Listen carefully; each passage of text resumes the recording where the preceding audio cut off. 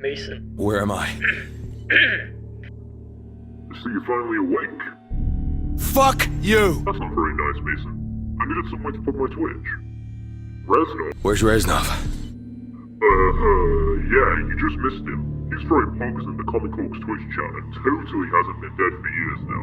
But you can catch him and me streaming once a week every week as I stream all kinds of games and have a great time with chat. Links in the description. Now, how do we skip to the video? Oh shit! Ah! Oh my god, I am so sorry. Wrong button. This is it. Now enjoy the video.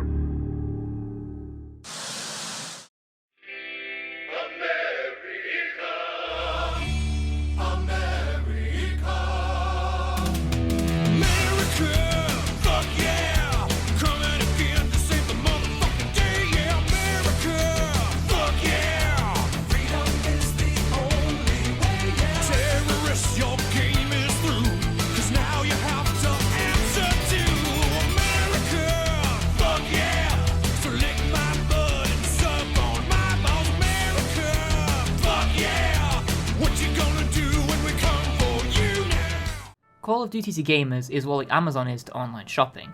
It could be full of issues and headed by the most corrupt people whose only life goal is to suck the very life essence from your wallet, and yet every year they'll still break the bank. It's only been with the recent installment of Modern Warfare that we saw an end to the unending nightmare that was the season pass, and instead realised that the battle pass was a much more effective way of asking for money, because no matter what, there will always be someone out there willing to splurge on a fancy costume or gun skin. Even so, every year it's a gamble if you're paying 60 quid for a game that you'll enjoy, or if it's a game that'll make your eyes roll harder than Belle Delphine on her OnlyFans. And I'm not what you would call a COD fanboy, so when all I can say about the game is shooting good, nostalgia characters good, linear and predictable campaign with big budget is good out of 10, I don't think it's anything short of a widely shared opinion, and I refuse to make a whole video about the gunplay being fun in a franchise that spent so much time with firearms it sleeps next to the Second Amendment. To be perfectly honest, I wasn't expecting much of this campaign, seeing as the history of the Black Ops campaign went as follows. Fucking awesome story with a good use of twists, but still your average COD game. Probably the peak of storytelling for a COD game. Side missions, multiple endings, meaningful character deaths that you can prevent or do yourself, different timelines, Woods playing the guitar. Ooh, baby! What the fuck? Train go boom. Guys, what a campaign? So such a sour taste in my mouth from the snowball, no, fucking avalanche that was the Black Ops franchise, especially in the campaign area. Cold War would have to do something very special to pull my attention, and, well, did they do it?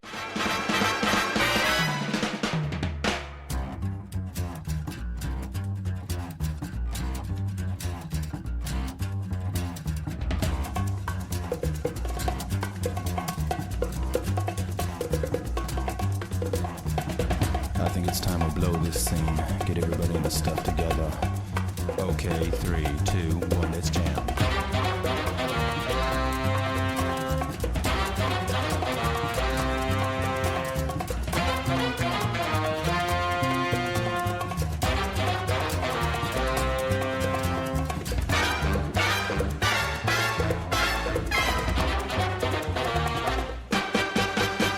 Character creation, non-linear campaign, multiple dialogue options and choices that can alter the outcome at the end of your playthrough with 2 different endings containing one of the biggest twists since Black Ops 2.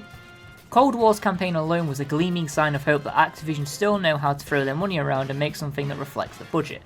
Now don't get me wrong, saying this campaign is without its faults or classic Call of Duty tropes that have become more predictable than my daily lockdown routine would be a flat out lie. Characters still get put in the middle of what feels like a Final Destination movie and come out unscathed with nothing more than a stubbed toe. I feel that some of these characters could be balancing an egg on a spoon while in the middle of these action sets and somehow come out with an extra fucking egg. That's how impervious they are to any form of environmental accident. The outline of the story is the usual Call of Duty spiel, to the point that the tagline of the franchise might as well be, "The Russians are at it again." In terms of gameplay, I think someone tipped Activision off, because instead of just running and shooting with one gimmick level tossed in for good measure, the gameplay is actually fun and has layers. There are puzzles and collectibles with actual purpose that can help you solve said puzzles, optional objectives, you can use enemies as a body shield or throw them back into their allies like an explosive human dodgeball, stealth missions with lockpicking. I actually found myself thinking in a Call of Duty game. The campaign is still incredibly short, however, and this might be the shortest COD campaign ever made.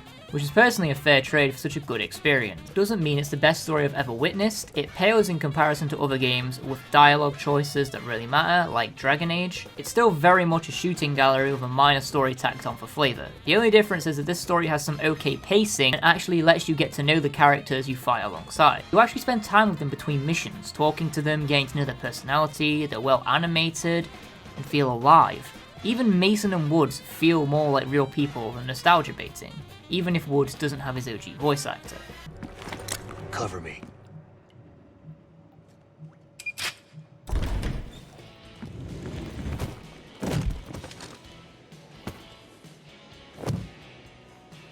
Not a fucking word, Bill. And to top it all off, the setting, time period, level designs, and soundtrack from the 80s has to be my favourite for Call of Duty. But I'm sure you're all here to see what I have to say about the 5+ hours I have in multiplayer, so here we go. Moving on to multiplayer, this being the most highly anticipated part of any Call of Duty, and in this game, everything comes to a screeching halt, tips over, and then faceplants a brick wall. If the story mode was a succulent, colourful, piping hot meal, the multiplayer is a pile of beige slop served on cardboard. It's not so much the game mode is bad, it's just vanilla. They played it so safe that I'm surprised the characters aren't all wearing high-vis safety jackets and there isn't a game mode where you help children cross the street. 3-lane maps with guns that have much personality as a white girl on Tinder who claims one of her hobbies is adventure. It's just so inoffensive. But that also means it's not horrible either. There needs to be a lot to chew on for the hordes of sweaty gamers to mindlessly grind for, usually taking the form of a sought after dark matter camo. This time around, there are plenty of challenges as well as the camo system, which is different for both zombies and multiplayer. Cold War seems to support an everyone wins system, so no one can really miss out and can progress in their own way. Score streaks are continuous, so even I can call in a support chopper if I earn enough points, and the camo system is nowhere near as extensive as Modern Warfare. Literally just as vanilla as you'd expect it to be, and there's not much to really highlight about this game mode. It's very just plain.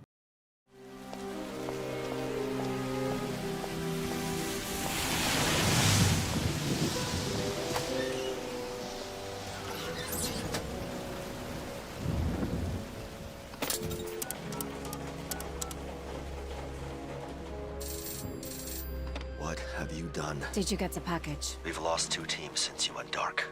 Old war footage is the last thing on my mind right now. Watch it. Watch the tape. Then tell me I'm wrong. Good night, girl. I'll see you tomorrow.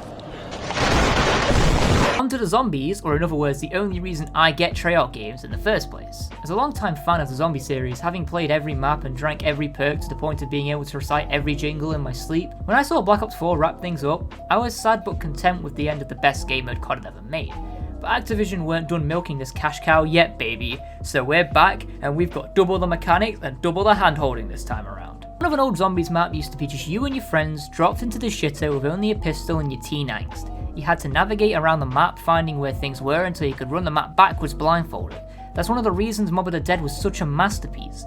Now the challenge comes from trying to avoid the giant logo telling you where to go. This time around, points have been readjusted to only be awarded when zombies are killed, and this can be shared between players, meaning if you tag a zombie and someone else kills them, you both get the same amount of points. Crafting is now used to make grenades, armor, and weapon damage upgrades, and without breaking out the spreadsheet to give you more numbers and values in an A-level maths exam, Pack-a-Punch doubles whatever damage your gun outputs, and upgrading a weapon levels up your base damage. This way there's less of an incentive for more seasoned players to grab the Pack-a-Punch and jug and then set up shop in a corner until they die of old age. Much like the campaign, I highly recommend you play this mode for yourself and construct your own opinion, but this is a swift analysis, so let's wrap this up. Overall, I think Black Ops Cold War is a shining, patriotic example that change can be a good thing, and if we all make enough noise, one day the people who make the games will dig a little deeper in their brains and their wallets.